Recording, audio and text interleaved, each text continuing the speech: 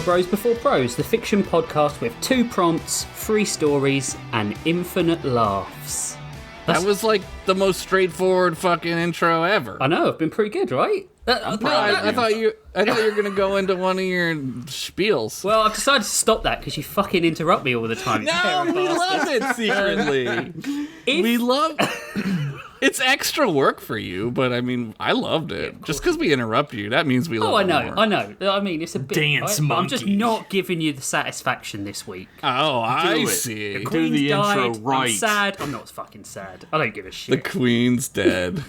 The Queen's dead. She was only, what, 96? I mean, she died pretty young. Yeah, and we're like, no kings, no queens, no gods, no masters. Oh, yeah. One master. No masters? Yeah, you guys have been known for that. Yeah. That's your motto. Yeah, exactly.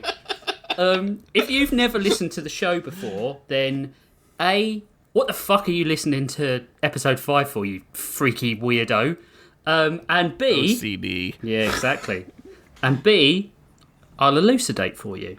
Here at Bros Before Pros, we create 3... Are you laughing at elucidate? Yeah, I am. Right. I'm trying to be fancy. Fucking literary podcast where we read stories? I like the vocabulary lesson, okay? We need to learn on this podcast. We do. It's like Stan Lee. We write a word, we put a word in at the beginning that someone has to look up, and then, we get a bit... People think we're a bit smarter than we are, right? Is that what he did? Yeah, he did it all the time. He's dead too. He is dead too, and I was sadder about that one. Yeah, that one's a little more sadder. Yeah. But also, he was like 100? And being financially abused. So, yeah, they took that dude's likeness and they were like, it's ours now. We own it. He created Stripperella. Mm-hmm. I remember that movie. Came out right after Wild Wild West. His best work, I believe.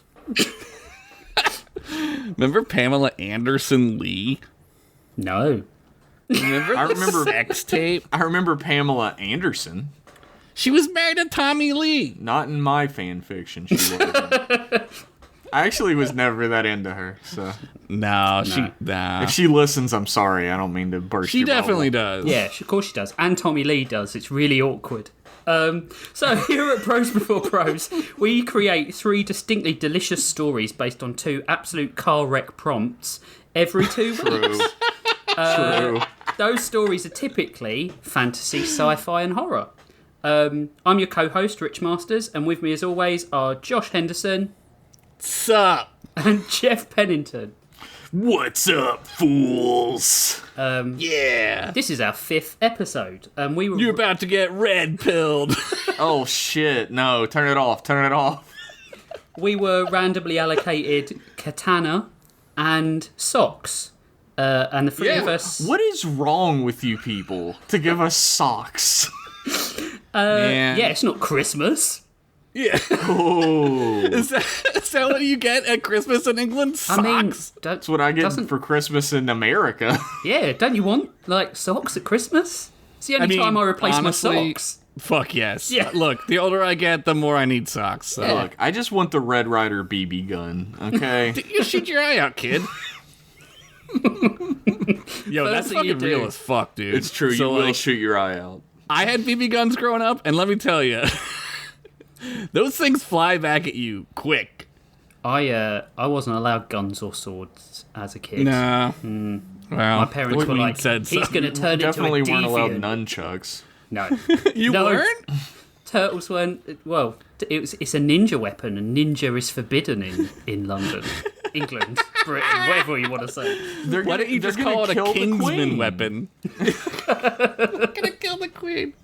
Yeah, just call it a Kingsman weapon, and they'll be like, jolly good, boy! So, socks and katana. The 3 of us picked up that gauntlet, I suppose, and ran with it. Or, gauntlet. What do they call a sock gauntlet? One of those big, thick, fluffy the socks. The foot part of an armor is called a sabaton. Ooh. Yeah, sabatons, yeah. And you're going to give me shit about elucidate. Look, elucidate is for nerds. I'm talking about armor? Yeah, we're talking about D&D shit. Are you dumb. Words are infinitely more dangerous than armor. That's words are the Jesus. armor of our freedom, guys. The pen is To get mightier than the red-pilled sword. again. The penis mightier than the sword. Yep, absolutely. Who the fuck is going first? You. Yeah, Ah, shit. yeah. Get on it, Henderson. All right. We don't take a break here, right? I just go No, right in You just there. go right into it. You don't deserve a Oh, break. man. Jesus. I'm not even gonna, like, get this thing moist yet. I just gotta go in all dry, huh? Yep. Okay. You I didn't know what the fuck You better the name spit was. on it, Josh. That's all I'm saying. Nice. That's me spitting on my story. I didn't know what to name this fucking shit, so I just called it Kitana. Excellent. Like Kittna. You get it? I'm ready. All right. Thump, thump, thump, thump. The only thing Sid could hear were his two hearts beating in his two ears. What? You thought trolls had 4 ears? Well, they don't. Not everything is doubled. Get over it, you double dick-loving, perverted bitch-ass bitches.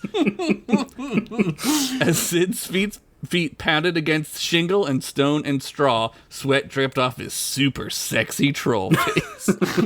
I'm trying to make Sid like a sex symbol. It's working. You're succeeding. Yeah. Oi! This way, lads! Yelled a guard.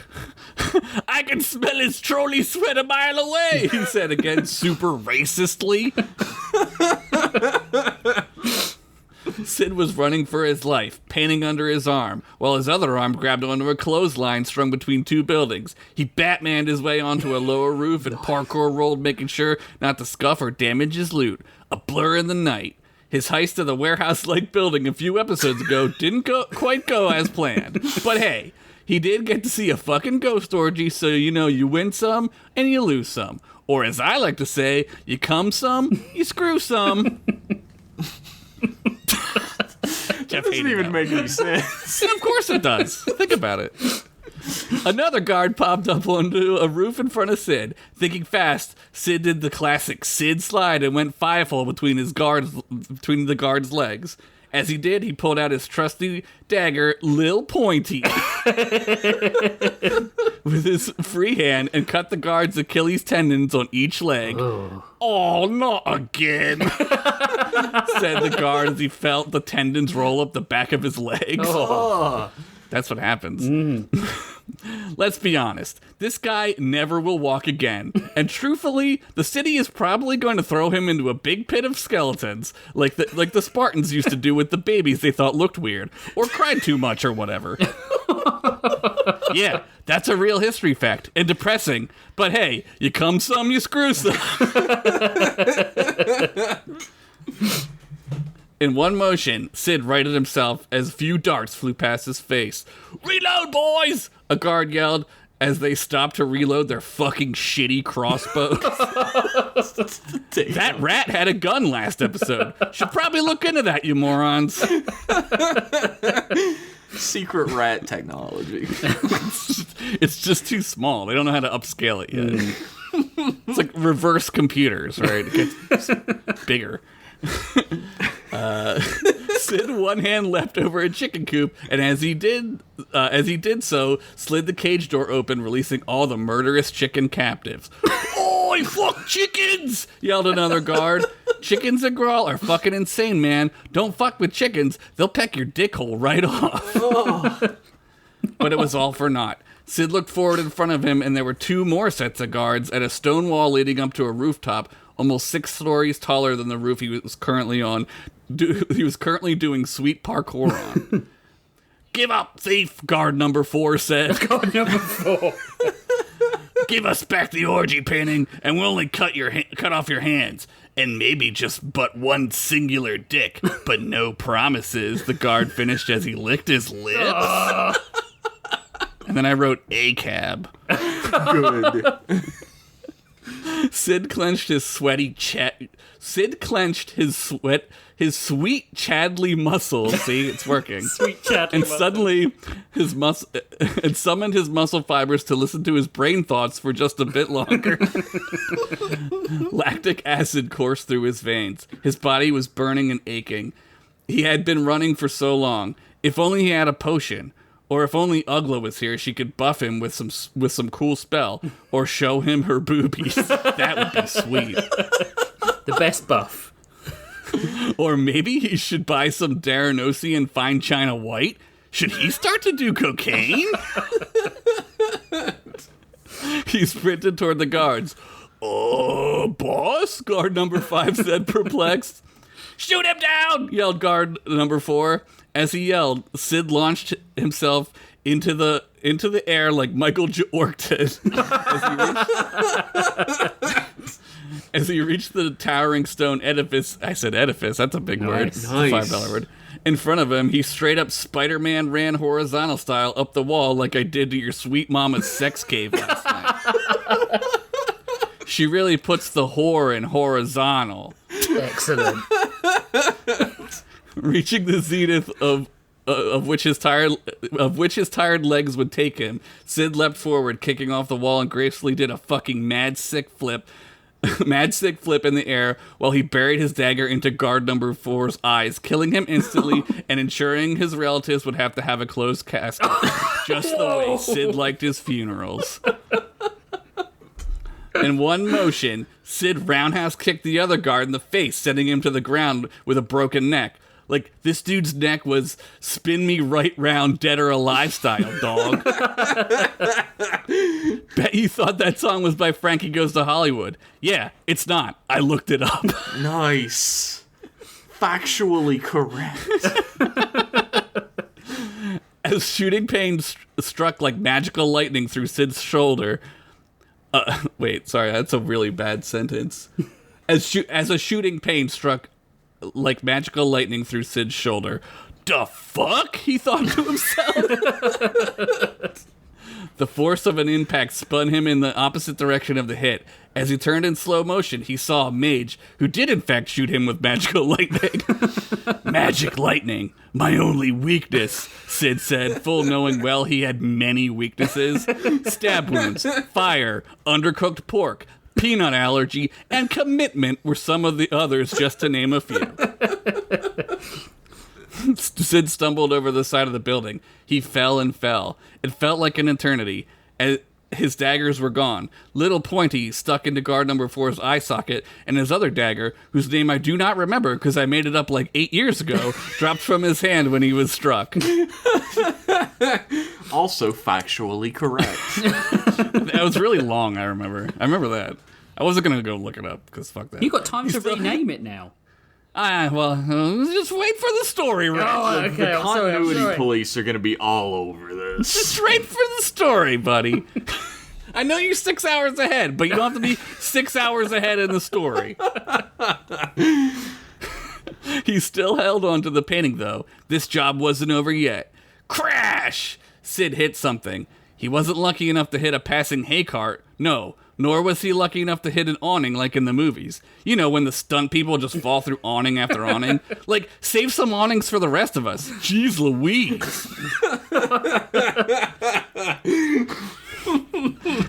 The air left Sid's 4 lungs for a second as he gasped, panicked for air. As he sat up and regained use of his diaphragm, all he could say was, ow. Turns out Sid crashed into an all-C booth. but why did it smell like shit? Turns out Sid crashed into an all-C booth someone using was an all-P booth. And an all-poop booth. Grawl. Gotta love it. The Big Bapple, they call it. And then the Night Court theme played. But it was on a lute. Yeah. Jeff, other Jeff. Wait. You're getting ahead of yourself. I'm sorry. You're doing great this episode. Did I just get demoted? No, I was saying on Continue how, like, since there's 3 people in my life all the time, I constantly use the wrong name. So you just become the other person of the name I use. Yes. Oh, you're Riff. just like Pop. Yeah, I'm just like, yeah, exactly. Plus, nobody uses all C booths anymore. Not after the eyeball came out. Anyway. The guards from above began shouting more orders as Sid slowly limped away, then managed a half-hearted, limpy-ass run as he slipped into an alley and made his way out of the city. As Sid reached the forest, he began to look around for the telltale signs that every cool thief knew to look for. Hobo sigils. There on a stump was some graffiti scratched into the bark. For a good time, call your sweet mom, whose sex cave I glazed over last night, you fucking little bitch. Oh. Nope, that wasn't it, but he remembered the eyeball number.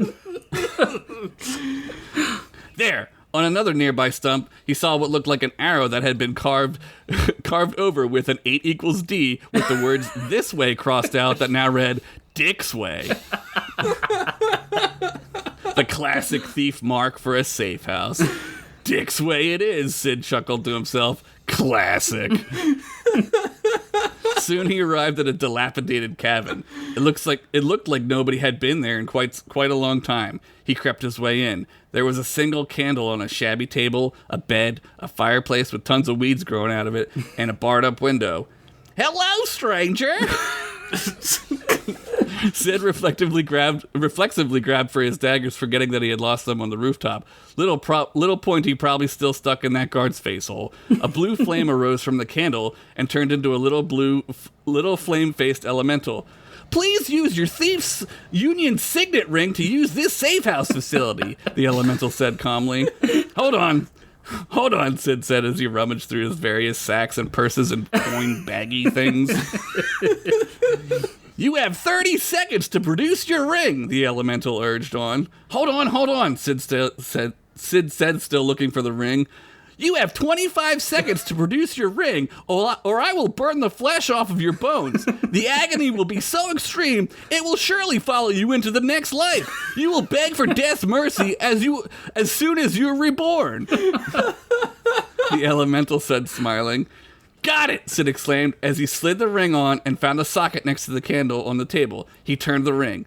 Thank you for using Safe House Industries. We hope you have a lucrative stay, said the elemental. Suddenly, the old cabin's interior shifted. The bed was made perfectly. The fireplace lit up with a bright, warm, welcoming light. The table with the candle produced food and sweets and meads. On the exterior, plants and leaves and vines and trees grew all up around the cabin, concealing its presence from any passers-by. Your mama's gonna love it here when I sex her good when you're away at college. Remember to wear flip-flops in the shower.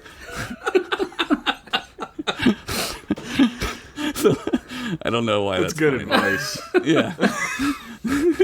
The lighting dimmed and Sid could smell ginger. Ugly used to smell like ginger. Sid took the Yeah, well, something's happening there. I don't know what. Maybe Rich knows. Would you like to tell us, Rich? Oh, no. No, I'm all right. I'm still getting fired. I do know, but I'm all right. Okay. I'll tell you later. Okay. Somebody's got to know. Can you please tell me? Sid took the painting in his good hand and propped it against the wall. He laid down on the bed and sleep took him. Tap, tap, tap. Tap, tap, tap. Shut up! Sid reflexively yelled, still asleep. Tap, tap, tap, tap, tap, tap, tap, tap. As sleep took him again, Sid saw only the blackness of the inside of his eye flaps. Mew! He heard. Mew, mew! Shut up, I said! Sid yelled into the void. Out of the darkness, 2 piercing green eyes blinked into focus. Mew! As quickly as the eyes appeared, they vanished, now replaced by fire. The whole world was fire. Meow! He heard screaming from the distance. This Mew was much more manly and much bigger. He knew this Mew. It pained him to hear this Mew. Sid shot up awake. Cold sweat poured off of his sweet Chadley face. On his chest, a black void with green eyes sat purring. Mew! It said, licking its paw and cleaning its whiskers. How did you get in here? Sid questioned as he pet the cat's side. Mew! It replied. Sid shot up awake again, sweat pouring off his still Chadley face. I am so fucked up right now, he said to himself. But again, he heard it. Outside this time. Mew! Sid grabbed his pack and opened the cabin door. The camouflage gave way, and he was again in the woods. In the distance of the darkened woods, he heard the mew again. Green Eyes blinked out from behind a tree some distance away. "Wait!" Sid said. Sid whisper yelled under his breath. The eyes blinked out. "Where are you going?" Sid asked, as if the cat would respond. As the Green Eyes peeked out from another tree this time, much, much farther away. "How did you..." Sid began. Sid pushed back the leaves of a very large hedge bigger than your mama's sweet 70s bush.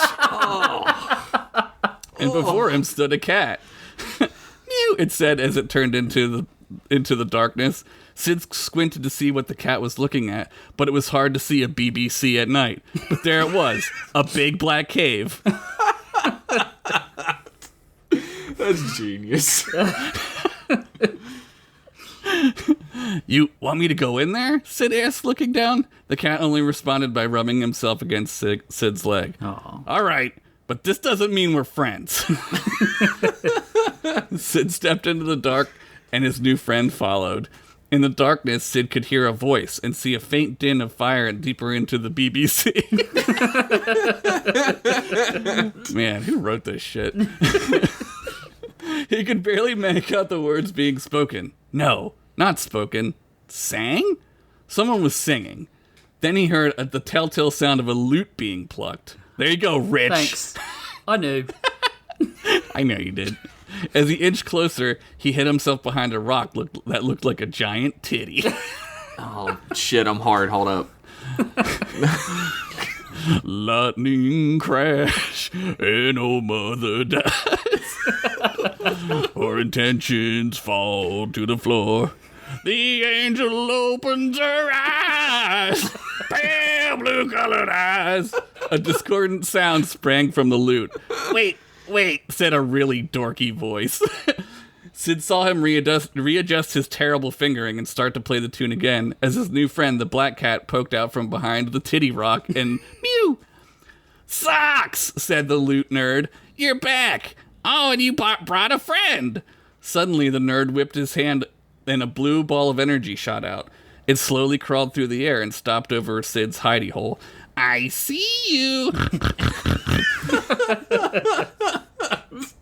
Sid stood up. "Oh, a thief," said the lute nerd.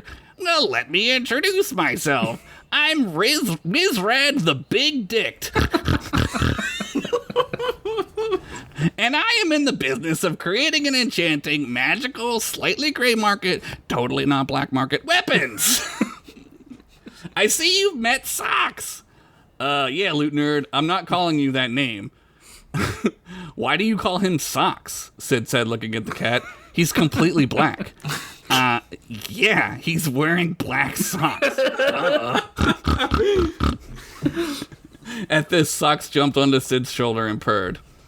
"Well, thief, let me show you my wares," Wizrad said. With a flourish of his small, tiny hand, a rack of weapons sprang forth from behind a wall panel. There were maces, shields, flails, whips, chains, handcuffs. Smack a little booty up in my belt. Scream help. "I see you are without weapons. Perhaps this one piques your interest." Wizrad grabbed a sword from the rack. Its yellow color shone brightly. As he pulled the sheath, of... Oh my god. As he pulled the sheath of the sword, a bright yellow light shone. Jesus Christ, I wrote the fucking shit out of that. You made it. That's all that matters. I did it. I think you That's just all wanted to matters. say sheath 3 times. I did. I like that word. This one name is Corntana, on the account of it being imbued with the power of corn. Wizrad emphasized as he raised the sword above his head. "Wow, amazing," Sid said, dripping with sarcasm. Ow now, Wizrad stuttered as he froze in his cool pose. Now wait, hold on. Knock it off, nerd. I don't want your corny-ass corn sword. What else you got, kid? Please help. Call for help. Ah! Wizard began to tremble. Socks hissed. The room darkened and a wolf howled. Thunder rumbled through the cave. Sid again instinctively grabbed for his daggers, but again, "Damn farts shit," he said under his breath. Wizrad's skin began to jaundice.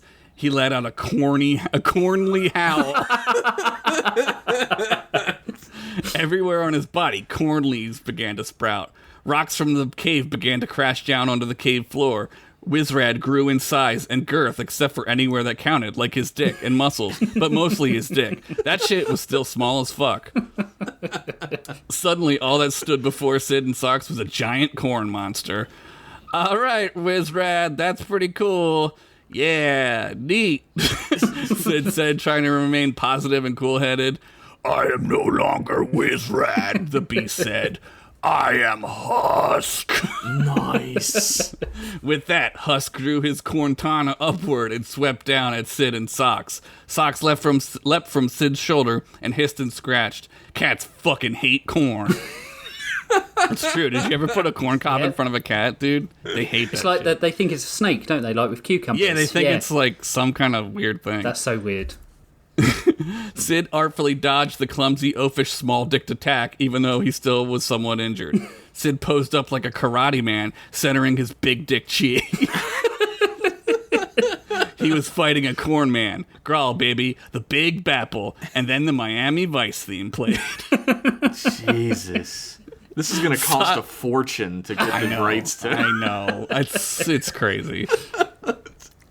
Socks mewed. It's okay, little guy. I'll protect you, Sid said. Socks jumped up into Sid's arms, but as he did, Socks bit down hard on Sid's blue troll skin, drawing red blood. Ow, fucker! Why'd you bite me? Sid yelled. Suddenly, Socks' green eyes began to glow. Not like when they were in the woods, but like his eyes were like a Laser Zepp concert, and they just started playing Black Dog, and the dude in front of you just straight up whips out a bong. How'd he get that into the venue, you think? But then you get so secondhand stoked, you start to see green laser eyes, just like that. Socks mewed and himself began to transform, the blood dripping from his cutie mouth. His body transformed into a sword! A blood sword. Black obsidian and harder than my dick on prom night. Unbreakable, some say. And not too big, but also not average in size. I'd say above average, really. Probably in the top 98% of swords, if I had to guess. The black blade reflected all the cornly yellow light that was emanating from Husk's corn aura. Husk again swung slowly. This time Sid blocked with the sword, or Socks, or Socks sword? Clang! The reverberation of the clash knocked Sid back across the cave. Husk laughed. Here, kitty, kitty, he taunted. Sid closed his eyes, and again he saw the eyes, the green eyes. Mew! Socks screamed directly into his brain. What? You can do that? Sid said to the sword.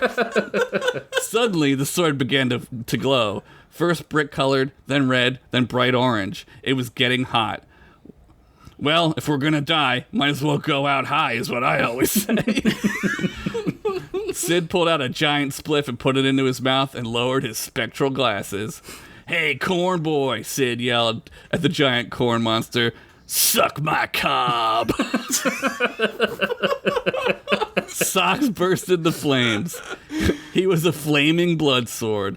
Sid lit his spliff with the flames, then extended the sword, firing a face-melting beam of fire at Husk.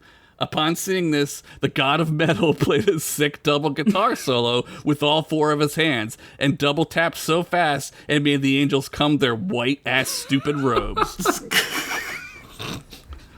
The wolf from earlier howled again, then was immediately vaporized by the heat, or maybe from the guitar solo. Where the wolf once stood, now only flimsily stood a skeleton of a wolf. That was now a skele-wolf, and fucking put on some wraparound shades and howled like nothing even fucking just happened. Shucks! Husk yelled as he burst into flames, instantly because corn is fucking flammable and stupid as fuck to make a sword out of. All the corn on Husk's body began to pop, and soon the cavern was full of popcorn like at the end of Real Genius. It's a timely Husk reference. was gone. Yeah, everyone knows that one. It's a good movie.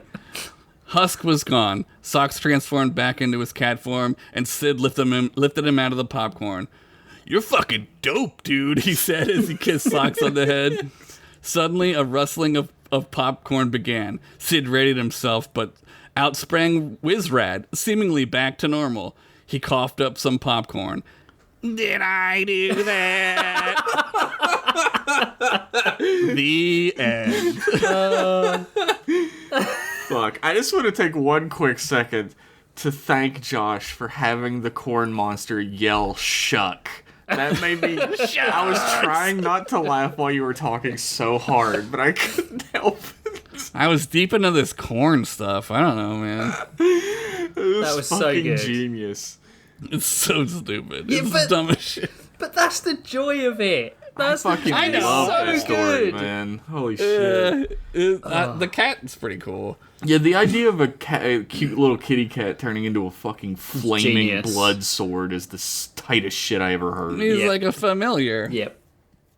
So Now, good. Yeah. now our boy Sid will never not have a great weapon. Yeah. That's right. He's got a friend, too. He needs one after whatever happened with his girlfriend. Whatever happened to happen with Ugla. Yeah, whatever. R.I.P. I mean, Rich knows. Yeah, I know. but I'll never tell. He's not going to tell anybody. Plus, because it would be rude to steal the thunder, right?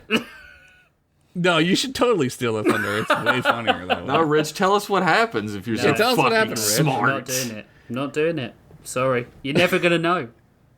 That was fucking incredible, Josh. was Holy great. shit. Thank you. It was so good.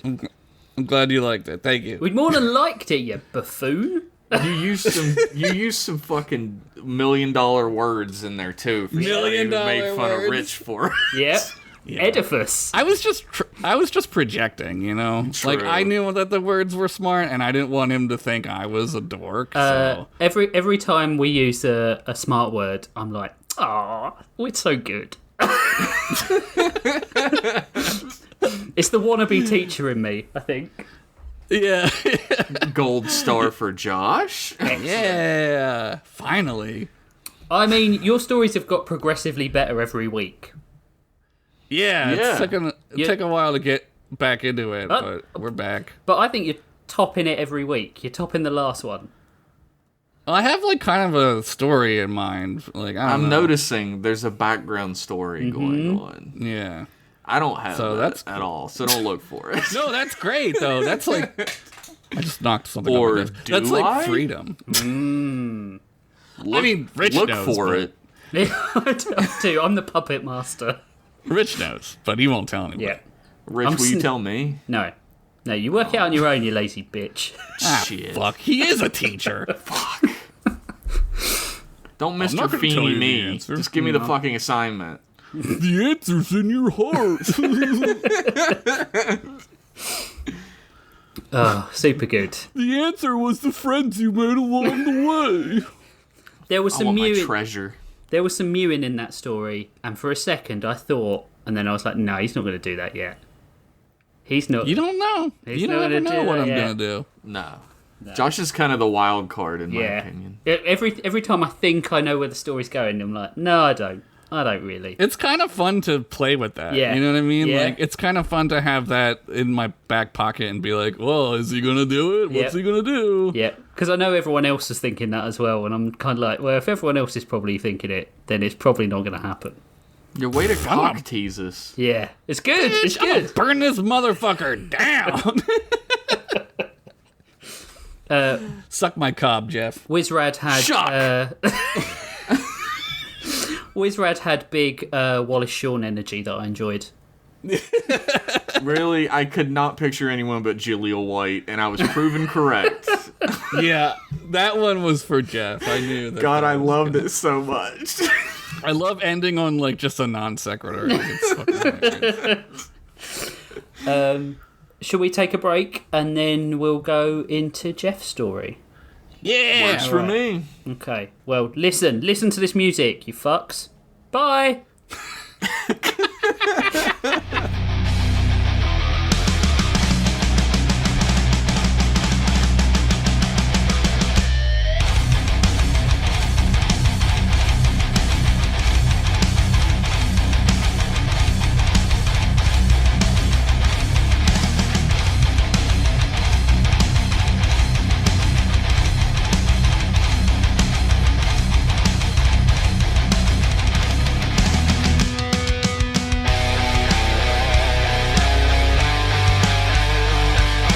Welcome back. We're back. The Queen's still dead. Everything's all right. You wouldn't fucking believe it, because like every time I turn the news or the radio on, yes, I listen to the radio. I'm an old man. There's all you something got over about there. the fucking Queen, and I am sick to death of it. Well, you guys have like 3 channels over there. Yeah, You well, got, like 5. you got like Sky News, and you got the porn channel at night. I know that. 5 terrestrial channels, and then you have to go for like the equivalent of cable or whatever. I would listen to the radio too. You have extraterrestrial channels in England? Wow. No. Oh, jeez. Way to get my hopes up and then dash them. This is part 2. We're going to go with Jeff's story now. Weave us a tale of swords and linens, please. Oh, great. Yes, knit us a sock. This was a great prompt, by the way, whoever gave it to us. Katanas is good, but socks... Anyway. The title of my story is A Stroke of the Blade. Ooh. Whoa. You can't sleep here. This is a library. The shrill, hateful words of the librarian echoed off of the books and glass cases that surrounded the old mahogany table, piercing the ears of the very few late-night patrons of the municipal library and setting their teeth on edge all at once. Is this a night court story? Pavlov flinched, rolled over, and peered through the blurry haze that sleep had pulled over his eyes, letting out a long, hoarse yawn in response. He was laying directly in the middle of the table, using several opened atlases as a blanket and a copy of the Bible as a pillow when he was so rudely interrupted. It is a soft book. Look, lady, I'm sorry the library foreman doesn't pay you enough to shop at your own library, but I was almost at the good part of the dream, where the One Direction dude reveals he's actually a woman, so all my urges are okay. And then we buy a one-way ticket to Bone Town. Could you come back after I've at least got to the wet part in the wet dream? Library foreman? The librarian stuttered for a moment before regaining her composure. Look, sir, either you read a book like a civilized person, or I'll call the cops and let them throw you out for me. I'll even tell them you once went to a protest to exercise your constitutional rights. Cops hate other people's constitutional rights. Damn. Fine. You sound like my mom. Or the next door neighbors, the Matthews. Or the staff at the Waffle House on 7th. That's a rowdy one. I'll pick up one of your disgusting books and read it if you'll fuck off and eat shit. Flinch made air quotes around each of those phrases, but continuously. Like he didn't even really know what air quotes were. Jesus. I fucking hate this guy. I don't give 2 fucks of a shit. Just don't jizz anywhere, the librarian said as she walked away, contemplating how she got to this point in her life. Good advice. Classic librarian speaking. Was her mom really right after all? Should she have settled down with a nice man with a good job and made a family? Had she really missed out on everything that life had to offer just for this? Well, her mom was dead as fuck, and she wasn't, so score 1 for librarian, which isn't actually her name, but I'm not taking the time to come up with one for her, so fuck it. And also, fuck her mom. What kind of 1950s ass Leave It to Beaver shit is she peddling anyway? This story is set in the present right now, so her whole steez is just as horse shit as you think it is.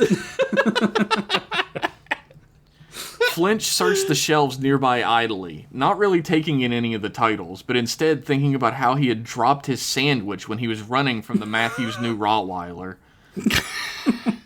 Had they gotten it to keep him out? No, it couldn't be. The Matthews loved him, and he loves the Matthews, especially their hot tub.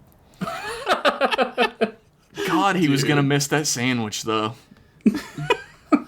Eventually, he noticed a large leather-bound book sitting on a shelf by itself under an imposingly large glass case.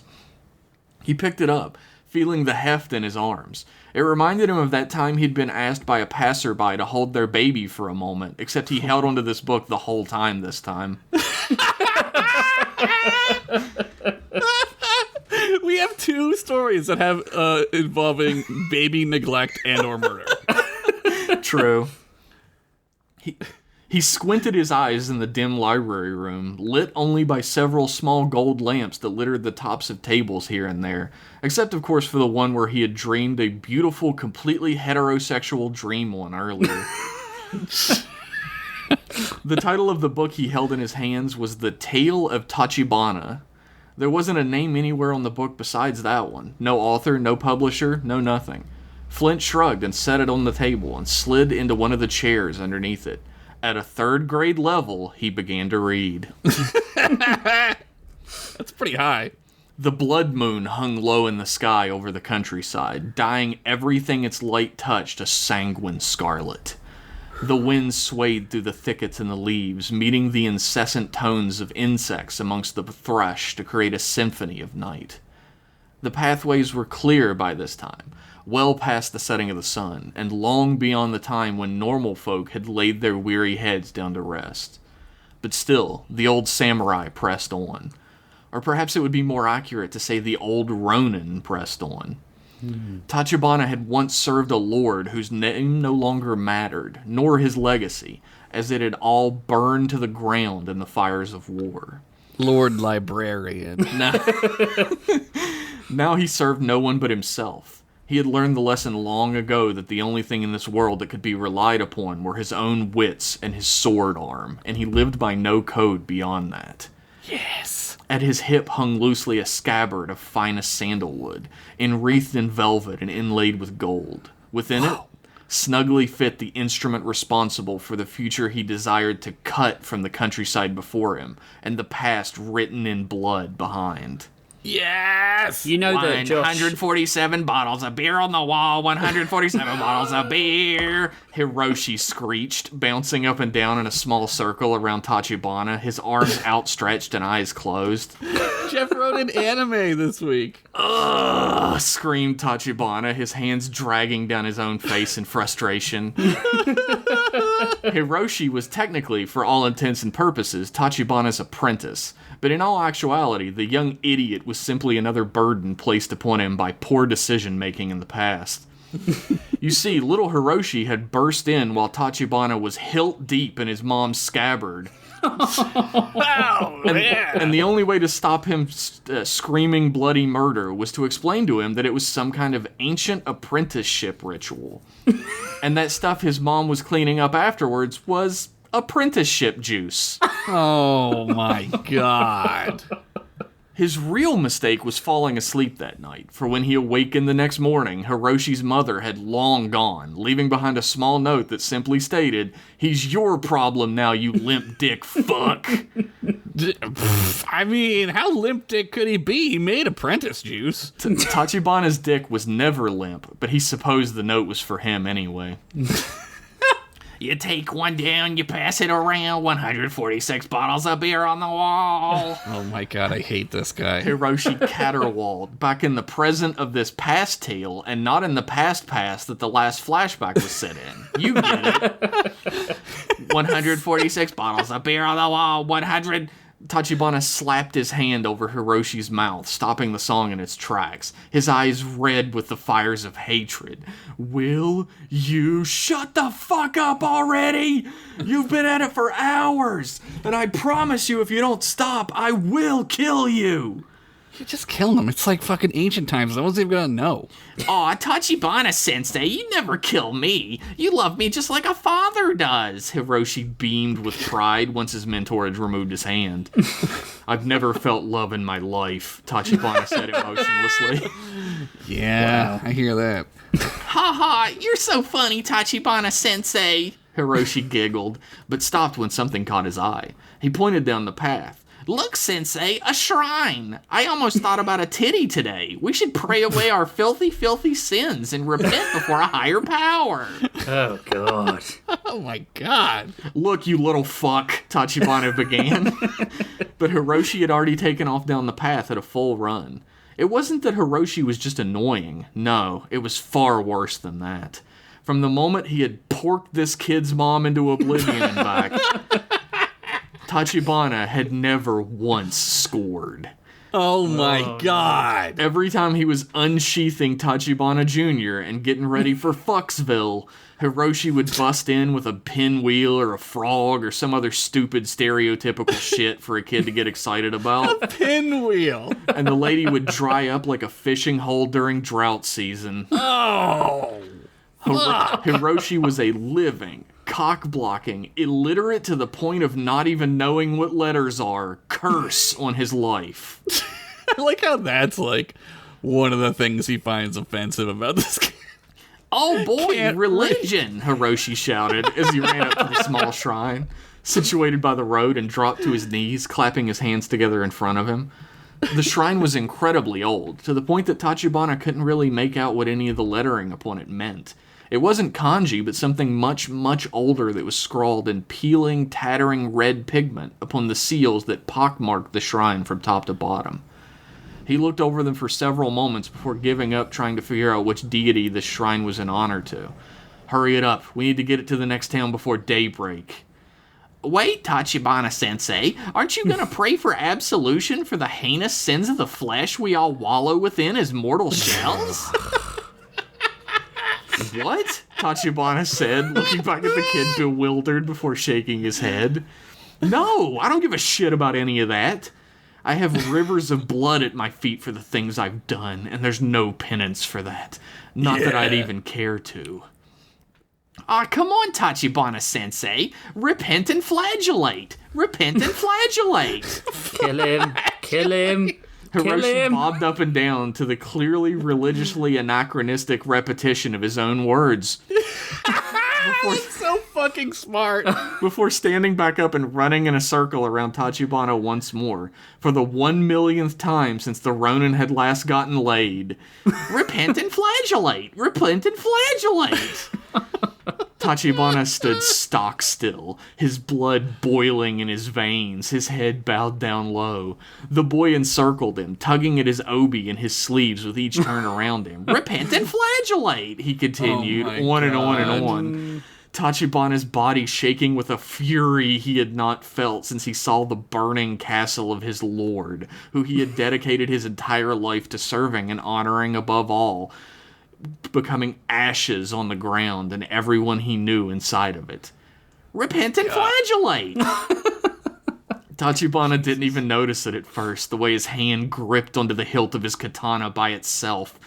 The hatred boiled the blood within his veins. He hadn't gotten his dick wet in 5 years! 5 years? He hadn't slept a single night without the wheezing, phlegmy breathing of this little brat in his ears for 5 years! Oh my god. He hadn't had a moment's peace alone to even yank his own dick off in 5 years! Dude. The blood-red moon flashed in the silvery steel of his blade as it found its target. The katana had found its sheath once more before the boy's head hit the ground. Oh god, his head's gonna be alive still. The penance had been paid. The guillotine had found its guilty target, and the night was suddenly silent again. For the first time in 5 years, the night was silent. The enormity of what he had just done hit him like a freight train as the boy's body slumped to the ground in a heap before him. He had been operating on nothing but instinct, but blind, virulent hatred, and had done the unthinkable, the unfathomable. Oh well, he continued on his journey down the path, whistling jauntily to himself in the night. Behind him, beyond his notice, the blood of the slain youth slowly ran in rivulets down the side of the ancient shrine. The lettering, red in pigment already, slowly twisted and warped at this blasphemous intrusion. Eventually, Tachibana came upon a town, far north than where he had left Horsey, or whatever his name was, dead body. He looked over the small tattered map he carried along with him of the region, but for the life of him, he couldn't find this town marked anywhere on his map. The nearest town was Kaiba, which was another 3 hours trek to the north.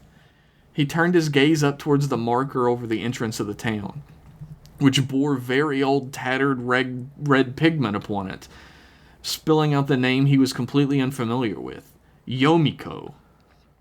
Something about that name seemed vaguely familiar, but he didn't dwell upon it. He was weary from his travels and desirous of nothing more than a soft bed to sleep upon. And some butts and No stuff. doubt. 5 years. Yeah, man. By this point, it was far past midnight, closer to the rising of the sun than the setting, though still deep in the darkest hours. Yet the streets were alight with people moving to and fro, as if going about their daily business. Tachibana stroked his chin thoughtfully as he wandered through the town, watching the people go about their chores, but also slowly. A miller turned the crank to his mechanism, grinding the milk within it to grain, but only idly, his eyes downcast and his arms moving at a snail's pace. A woman hung clothing to dry on a line, but she continuously stopped to hold her stomach, as if trying to fight away a stomachache, perhaps? But she still moved so slowly. An old man sat upon a seat in the storefront, turned from the street, and idly drinking from a small gourd, without a hint of alacrity in his body. Tachibana rubbed his eyes a little, feeling a sense of unease gripping him deep within his chest, but he blamed it all upon the exhaustion in him. Perhaps he was simply perceiving everything at that pace he himself was moving at in his hazy-minded sleep deprivation. Nice. Great. Keep in mind, this dude decapitated a teenager like 2 hours ago. You'd think he'd be more concerned about that, but whatever, I guess. I mean, I'm not. He sat eyes upon an inn at the other side of the square and made a beeline to it. Not one person in the town even looked up at him. Not with malice or with confusion. They simply didn't even acknowledge his existence. He was inside the front doors of the inn and standing before the counter before the first person even noticed his presence. A beautiful woman slowly stood from behind the counter, holding a duster and a rag in her hand as if she'd been cleaning the floor. She smiled a weak but kind smile to him, averting her eyes constantly while addressing him. "Welcome to the Yomiko Inn, Master Samurai," she said with a demure smile. "Was it finally time for Tachibana to get his fucks on? Read on to find out." Thank you, but, Tachibana paused, examining the young woman's face as best he could in the dimly lit foyer of the inn. There was something incredibly familiar about her, but he could not place it for the life of him. She seemed so close to the forefront of his memory, but he couldn't coalesce the fog within into anything tangible. What does it cost to stay here for a night?" "A night?" She spoke in a hoarse whisper, her hand slowly rubbing at her throat to soothe it. "I'm afraid we don't sell rooms by the single night, Master Samurai." "What?" Tachibana slammed his hand onto the desk between them with force, though the woman didn't react in the slightest. "What kind of establishment is this? I demand to be allowed to stay here tonight." "Oh, you misunderstand, Master Samurai." She looked up at him fully for the first time. Two deep, endless voids met Tachibana's gaze.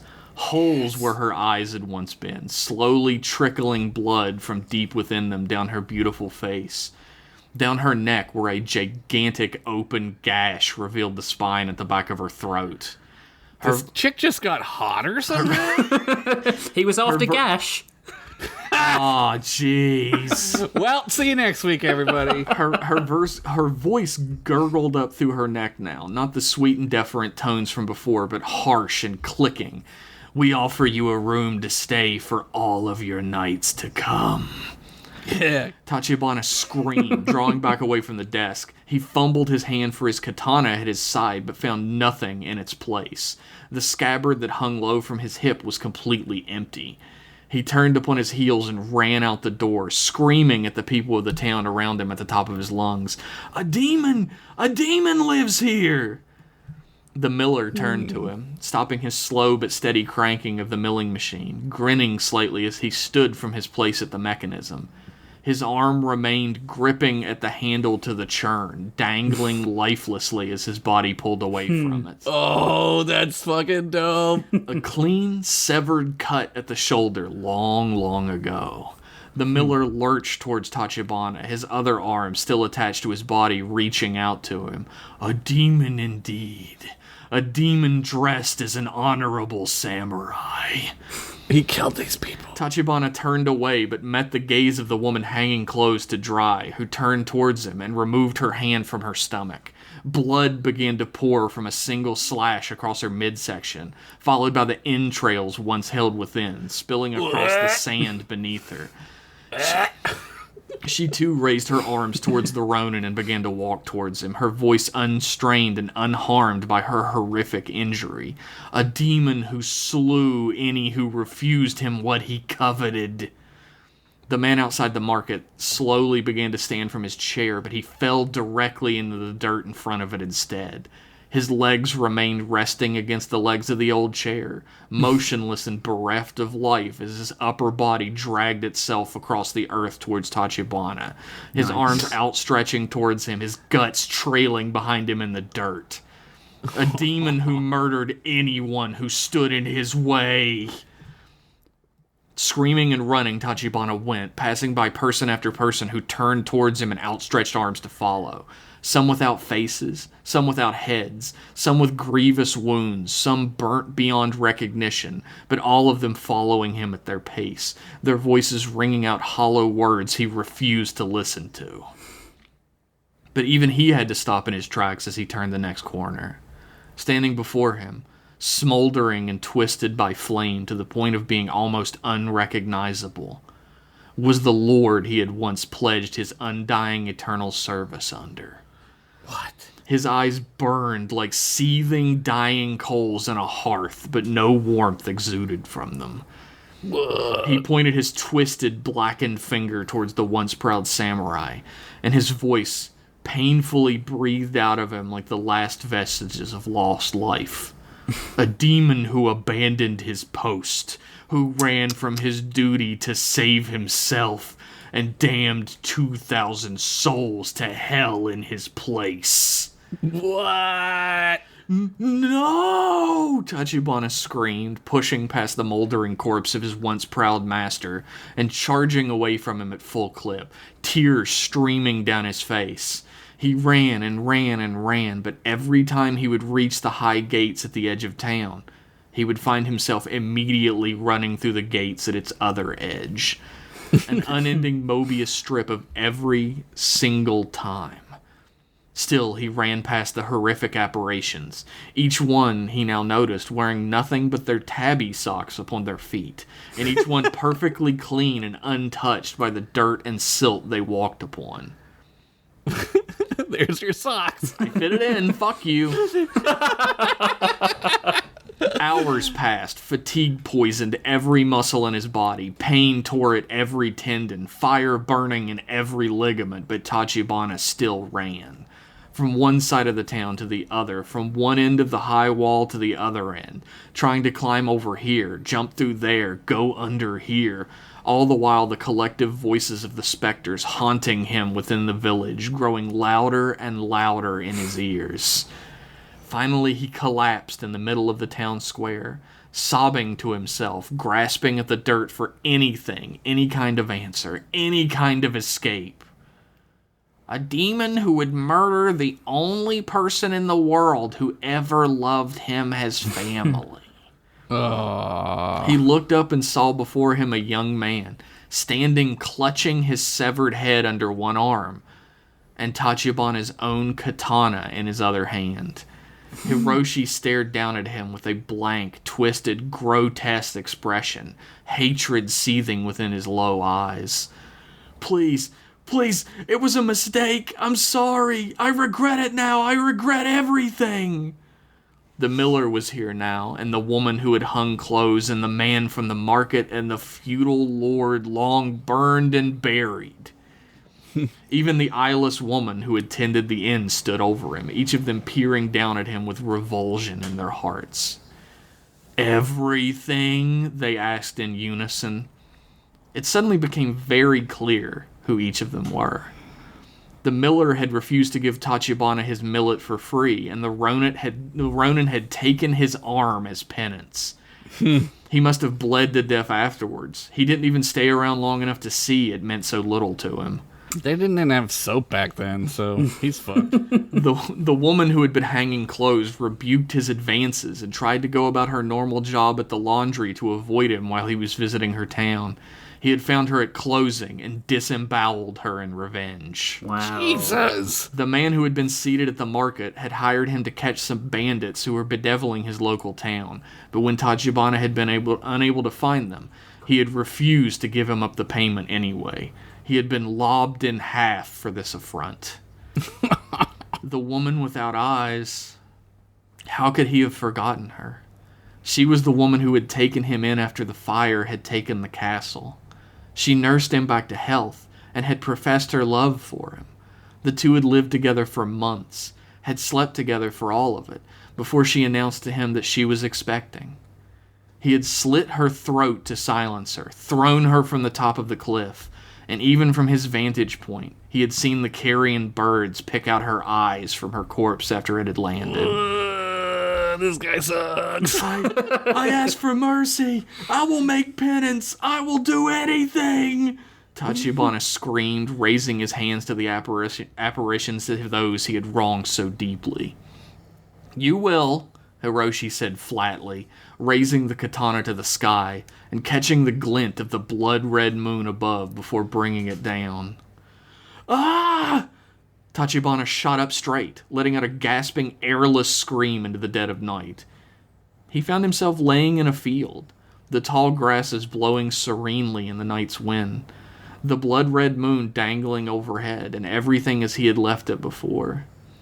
He stared into the middle distance for a long, long time, desperately trying to piece together the dream he had just had, the one that still disturbed him, even beyond remembrance, but he could not remember it. Whatever he had dreamed was beyond him now. He stood and dusted himself off, unsheathing his katana from its scabbard and examining the blood upon it. He had done what needed to be done to Hiroshi, and now he was free. The night was finally silent for the first time in 5 years. Down the road a little further, he spotted a town that wasn't upon his map. He had shrugged it off, worried more about his fatigue than whether or not his map was up to date. Something about the name of the place was familiar, and set him slightly upon edge, though he paid it no mind either. Yomiko. Why was that so familiar? The end. Pavlov flinched, closed the book tight, and tossed it onto the floor carelessly with an incredibly loud thump. He peered through the darkness of the dimly lit library in one direction and then the other, and gathered up all of those atlases he had been sleeping under earlier, hopped back up onto the table, and went back to Sleepy Town. Hopefully to meet that One Direction chick again and get to Pound Town before the cops showed up. In the dream or in real life. The blood-red moon hung low in the skies above the skylight of the municipal library. Oh, man. Above the shelf where the tale of Tachibana was originally held, within a gigantic glass display case, the moon's sanguine light shimmered brightly across the rusted antique blade of a katana. What? The red glint shone so brightly that it almost created a spotlight, drenching the table below in scarlet ambience. Like blood dyeing the world red. It shone upon Pavlov flinch. It dove deeply into him, and within his dream, the night began again. The end, but for real this time. Wow. Yeah, but was the katana made out of corn? No, I fucked up there. It's true. Not was historically accurate. That was so good. Yeah, Thank you. I love this. This is fucking Twilight Zone as fuck, dude. Yep. I love it. Yeah, I wanted to go more Twilight Zone this time. Less straight horror and more Twilight Zone. Both of I you looked up- fuckers told me that you had done really bad stories this week, and you fucking lied. No, Jeff's story was the best one he's done yet. Aw, thank you. I think the It's same. so- I think it the was so same. good. I think you both Yeah. did the best you've done so far, which sounds really patronising, but I don't mean it like that. It only sounds No, I know what you mean. because I'm British. I know what you need, you patronizing British Fisher fuck. Price, you fucking Fisher Price kids finally got a C on your story. Good job. Good work, dorks. For any Yumiko, I looked it up. What'd you look up? The name of the town. Oh yeah. What is it? Dream Child or something? Yeah, Is it Yomi is Yumiko? also the name of hell, like the hell. I thought it was hell. Yeah, I thought it had something to do with hell. And Ko is sometimes like it means township or small town. Helltown! So he went straight to fucking hell to suffer forever at the hands of the people he wronged. Good. Yeah, but that kid sucked, though. Yeah, I can't blame him for that one. The others are all real fucked up. But the inn lady was pretty rough. That all was kids rough. suck. All kids Yeah. suck. You gotta That's why get the through the Spartans sucking threw him bit. in the pit. look, let's not give Rich a katana, is all I'm saying. He said he's not allowed to have one because the queen won't let him or something. Yeah. Well, she's dead now. You can do whatever you want. Oh, but there's a Or king. is she? Yeah, she's not dead. They're fucking carting a corpse through the whole of the British Isles. There's no way she's dead. Did they embalm it, or is she just rotting away in there, I man? don't know. I mean, she was 96, so she probably already smelled pretty bad. You wouldn't notice. I saw a picture of her before she died, and she looked rough, man. Yeah. She's obviously had some sort of treatment because she's got bruises all on the back of her hand. And Yeah, the IV, right? Where the IV Death went. comes Yeah. for us all, Yeah. especially when you behead a teenager. Not me. I'm gonna live Yeah. forever, you fucking pussies. No, Don't tell me otherwise. I won't. I never will. Also, some $5 words there, Jeff. Well done. Oh, Jeff, yeah. you should be a writer. You should just write stories. Technically, I am. I write. No, for I this know, but show. you should Yeah. write a book or something. Like, you guys are making me look like shit. No, Oh, shit. won't have that. I'm gonna fire myself next episode. Well, you Look, can't put it because this I way. fired myself. Look, No, I am firing. Jeff's like, great. I've got a podcast to myself now. hour and a half show. great. Everybody will love that. Just me talking to myself. No one laughing when I'm doing a story. Cool. Look, the vast majority of people are tuning into this show to hear your dumbass stories. So don't Well, they're worry. idiots. They should tune in to hear you guys' dumbass stories. They're amazing. Well, your dumbass story is also amazing, and eventually we'll all be published writers if things go according to plan.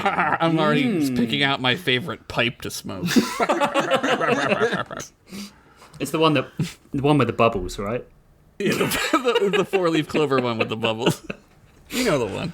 What we have to do is, if we do get a book with all these stories in it, to do like the author's photos, and we'll do the exact same pose, that'd be wearing so like a smoking good. jacket and a pipe. Can we be holding like a stuffed cat or something? like just a taxidermied animal, like a fox? Smoking jacket, fireplace in the background, corncob pipe. Not all of monocle. us have 20 fireplaces, Rich. I don't know what to tell you. Sorry. What I'll do is I'll take the picture and then you can superimpose you on the back of Sure. it. How about that? I just think it would be really funny if all three photos were exactly the same. That would be amazing. Let's do that. That's fucking great. Holy shit. Yet again, I stopped all talk and laughter because I was too engrossed in your story. Which is Well, what Jeff does is he pulls the fucking tablecloth from under the Uh-huh. fucking silverware, man, right? It's like funny as fuck, and then all of a sudden it's like the most horrible fucking thing you've ever heard in your life. Suddenly you're pissing from laughing, and then suddenly you're pissing out of fear. Yeah, or I'm pissing because this dude killed his lover and she was pregnant, and what the fuck, man? Yeah, He's a bad man. He was a bad man. I love that it didn't even face Filch. Filch was just like, Yep. yeah. Flinch. Flinch. His name is Flinch. Whatever. Filch, Same guy. Flinch, same diff. Yeah, Flinch was just basically pretending to read it so that the librarian would go away and he'd go back to sleep. Just like study hall. He had a copy of that book and then the paperback of that book in it, and he was pretending to read it. He was reading the Playgirl or some shit. I completely did not need the Pavlov Flinch wraparound, but it does connect. No, it's amazing. Yeah, you gotta keep There's doing going it. to be a continuing connection. Yeah. You got to keep doing it. Oh, well Right, done, such dude. shitty people. Yeah. I was talking to Rich about that the other day. Like, somebody pointed out that, like, all of my characters are just horrible, horrible people. You're Yeah. inspired by real life, right? Yeah, exactly. Exactly. The nerd from the Eyes in the Forest story wasn't a bad guy. He was just a little weirdo. That's true. I mean, so far, until you give him some horrible backstory. Yeah, until he murders He's his dead family. as fuck, so he's not getting any more 4 story. That's true. That is true. Is he, though? He really wanted to go out with, I think the girl's name was Emily. I Cindy forget. Lou or something like that? He wanted to go out with Emily, but Cowboy Bill wouldn't allow it. So I still love the Cowboy Bill is just this enigma in your story that I don't think I can get over. no, he's never coming back, and he's never being explained. That's bullshit. He's dead. He's not All coming right, back. J.J. Abrams, he's never coming back. I believe you. He's never coming back. Wink, wink. Nah, he's really not never come. coming back. If I killed somebody off, they're not coming back. However, we will be back right after this. Oh, pretty good. I know, I'm getting better at this.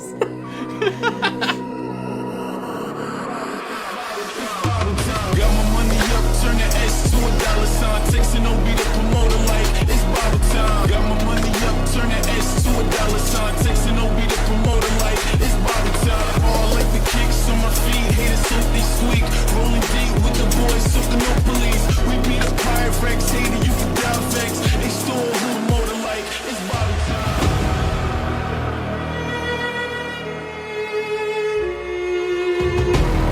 We are back. Hello. How are you? Yeah. You can't answer, so it's tough shit. So if you're like, Rich. Everything's great. get off, nerd. We're talking now. Sorry, I'll just go back to Twitter and follow you. Yeah, thanks. You better. Because you can't suggest a prompt unless you follow us. And if you don't follow us, you're dead to us. I'm sorry. Yeah. You got to follow Were us on you Twitter. even ever alive to us? Nah. Yeah. They're joking, but I'm not. You're gonna die. Follow us. Damn. Yeah. Yeah. Wait, here comes the cops coming for Jeff. Shit. You didn't see me. You didn't fucking see me. I ain't seen nothing, man. Oh, right. My turn. My turn. With the worst story of the night. Absolutely Fuck you. 100% guaranteed. Fuck Oh you. my god. Fuck you British fuck. Thanks. This one is called Rock Out with Your Sock Out. Nice. All right. It's already the best story. I'm on of the night. board. In the depths of space, as wide and open as your mum's legs, and as cold...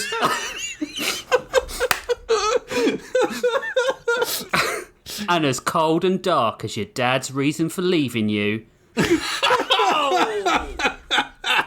The recovery Hit home. The recovery ship Lighthouse floated powerless. Inside, 7 crew members stood between Tamiya Santo and her destination.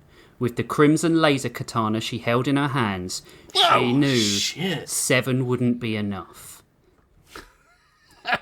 Engineer Santo, you're ordered to stand down, one sneered. Tamiya smiled. Stand down? You guys will all be lying down in about 30 seconds because you'll be dead. Fuck, this is amazing. I've never heard a more badass one-liner in my life. That's like Schwarzenegger-esque. You need to work on that smack talk, girl. You're making me wish I'd been dug up by some curious dog or something. Tamiya looked down at the katana in her hand. It throbbed harder than the air quotes back massager she had brought aboard the Lighthouse. She released the hilt with the hand covered with a sock and brought it to her face. The sock shook its head, somehow looking disappointed even without eyes. What the fuck? You're embarrassing me, Hijoki, she hissed. I'm embarrassing you, the sock hissed back. I could eat a bowl of alphabeti spaghetti and shit had better come back than that. Alphabeti spaghetti. What is happening? Is that what you guys call it? I didn't know what it was called. Alphabeti Oh. spaghetti is so good. That's way better. We just call it alphabet soup, There you go. which You're- is stupid. You're embodying a sweaty sports sock. You don't even eat, she whispered, suddenly aware that the crew she had recently been a part of was staring at her in confusion.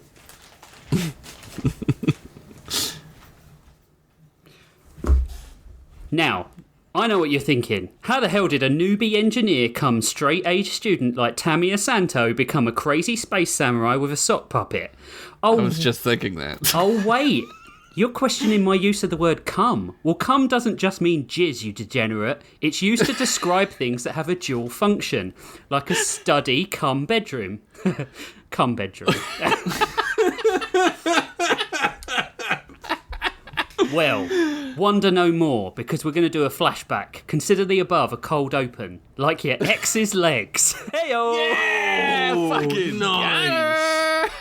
Tamiya opened the airlock to meet with Silence, and she and her CO, Captain Hawklin, stepped off their shuttle and onto the cold derelict in full environmental suits that only smelled vaguely of the stale farts of the previous user. Ugh. The sleazy captain came up behind her and placed a hand on her shoulder. Well done, Spanner Jockey. He had known her for 5 weeks and didn't even remember her first name, apparently, so this physical contact was in no way appropriate. She'd considered reporting it, but the crew were all really chummy, like sickeningly so, like some sort of, family. Red flag. It was odd, but Tamiya had resolved to just suffer it out on her rotation and then put in a transfer as soon as her contract was up and her promotion was secure. She just had to make sure that Captain Hawklin knew that the derelict would be the only thing he would be docking with tonight. Get fucked, buddy. Or not. I'll head to engineering, see if I can get the power back up, she said. Hawklin confirmed he would head to the bridge, probably to check if the chair was bigger or comfier than his, and if the deceased captain had any good booze or drugs. Nice. Avoiding Hawklin's leering gaze and resisting the urge to punch a dude in the face for the 50,000th time in her life, she was, of course, a woman and well practiced. She jogged towards engineering. That's dark. That was darker than Jeff's whole story.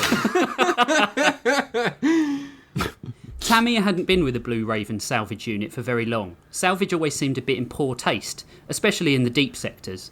The reason for finding derelicts this far out was normally dumbass colonists disembarking without enough supplies, as if they'd never played the Oregon Trail, or a captain gone mad in the deep black and spacing their crew because he thought they were space pixies, or some giant, luminous green space creature thinking the ship was a potential mate and fucking the cargo bay into oblivion. Oh my god, not again. You know, the usuals. We know. Oh yeah. But she'd been found on a ship like this, the sole survivor when the environmentals had failed, and her parents had just enough time to put her in a spacesuit before they'd asphyxiated. That was a bleak ending to that paragraph. That joke was not funny. That was not a funny joke. Where is the clown slipping on a fucking banana at the end of that sentence? After she'd spent a good 30 minutes in the true engineer's style, pretending to work while she napped, she flicked the most obvious switch she could find and rerouted power past the damaged relays from the portable generator she'd brought from the lighthouse. The lights flickered on, and she gasped, but in a brave way. She rounded the panel and finally saw fully what had done for the ship's engine. A dead body lay skewered to the main panel to the rear of the hyperdrive engine with what looked like a sword hilt. As she approached, Tamiya noticed the patch on the jumpsuit of the once humanoid kebab. The Blue Ravens. But that didn't make any sense. They were the first ones to report to the scene, weren't they? After calling Hawklin but getting nothing in return, the dumbass hadn't even turned his communicator off silent, Tamiya's curiosity got the better of her, and she decided to pull out whatever had made her fellow Blue Raven into a mansicle. She realised suddenly that she hadn't brought her gauntlets, so quickly removed one of her white insulated engineer socks and pulled it over her hand. Gingerly, Tamiya reached a hand to the hilt, and as her socked fingers glanced the steel, hot electricity shot through her hands and her vision went immediately dark. Dummy, this touching a fucking wire. Tamiya, you freed me. She woke with a start in the med bay all alone. Dr. Banyo and his staff nowhere to be seen, in one of those gowns where your arse hangs out the back. Dude, fuck that shit. It's Why even doo-doo easy. Why did they make people wear these things? Was it for ease of having a shit? Because let me Yes. tell you folks, few things make taking a shit less dignified than flapping loose fabric threatening to dunk itself in the toilet bowl. You pull it up into your lap, you dumbass. What are you talking about? In 0G? Okay, you got me. You fucking got me. Doc? Who's the she yelled- dumbass now? Doc, she yelled to the far end of the room. Why do they make people wear these gowns? Few things make taking a shit. Be quiet, child. Fucking love this. You're gonna give us away. Under the sheet, something stirred. She took the crisp white covering in her left hand and pulled it back. And as she did, her socked hand rose to meet her. Now, listen, it spoke, her fingers inside involuntarily parting to form a mouth. Don't freak out. Don't freak out. Amazing. Tamia looked around for the doctor, even more convinced she needed to speak to him now. A life smoking that sweet Delta 9 leaf had obviously taken its toll. The sock looked her up and down. You're not mad, though yes, you'd probably smoke too much. I am the spirit of Captain Hijoki. You're going to spin me a yarn. You get it, a yarn, because you're a sock, right? And a hallucination. Tamia jumped out of bed and searched for her clothes, but they were nowhere to be found, as absent as her sanity. I'm not a hallucination. Yeah. This character is worse than Pavlov Flinch ever was for saying that. I'm not a hallucination. I'm the spirit of the captain of the ship you were on. Have you heard of the clan of the Photonic Blade? Oh, please don't let this be some sort of space ontology type thing. I'm not interested. I'm not interested in some subliminal cult pyramid scheme. Don't be disrespectful, girl, Hijoki chided her. Our race, Well, now Tom Cruise is not listening to this girl. our race can transfer their souls into objects when near death, so that our knowledge can be transferred to our descendants. Yep, that'll totally sounds completely sane. I'm totally convinced. She nodded as she made her way out of sickbay into the briefing room in her arseless gown with a talking sock on her hand. This is the hottest character we've talked about tonight. Hijoki sighed. Please don't let me have transferred into a fucking idiot. Or worse, yet another murderer and thief. Whoa. You might be stress or drug-induced hallucination, but what makes you think I'd be a murderer? You think that dead blue raven was on our ship sightseeing when I stabbed him in his heart? Wait, what are you saying? I don't put much stock in stories told by a sock. Get it? Stock in, because you're a sock, she giggled. Oh my god. This is the worst character. Oh my. You seem to be an intelligent sort, so let me explain this in terms a cabbage can understand. The Blue Ravens aren't salvagers, they're scavengers. One of their ships disabled our vessel and airlocked my crew, ready for you lot to follow a week later and grave rob. I don't believe you, she said, stopping in her tracks. The crew were obnoxiously cute, except for Captain Hawklin, who, while skeezy, was always talking about honour and duty and all that eye-roll-worthy stuff. We'll see what the captain has to say about this. The two walked the rest of the way in silence to the briefing room until Hijoki started humming that Menomina song from the Muppets. And by the time Tamia arrived at the briefing room door, she found they had begun harmonising.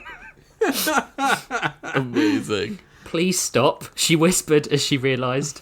As Hijoki began to defend himself, a voice cut through their argument, a voice she identified as the science officer, Lieutenant Garrington. Why the hell did they leave the body there? Surely they realised they were a person down. According to Commander Latane, they couldn't prize Ensign Fabix off the panel. He tried to fight that samurai-looking captain of theirs with a welding iron. This voice was Dr. Banyo.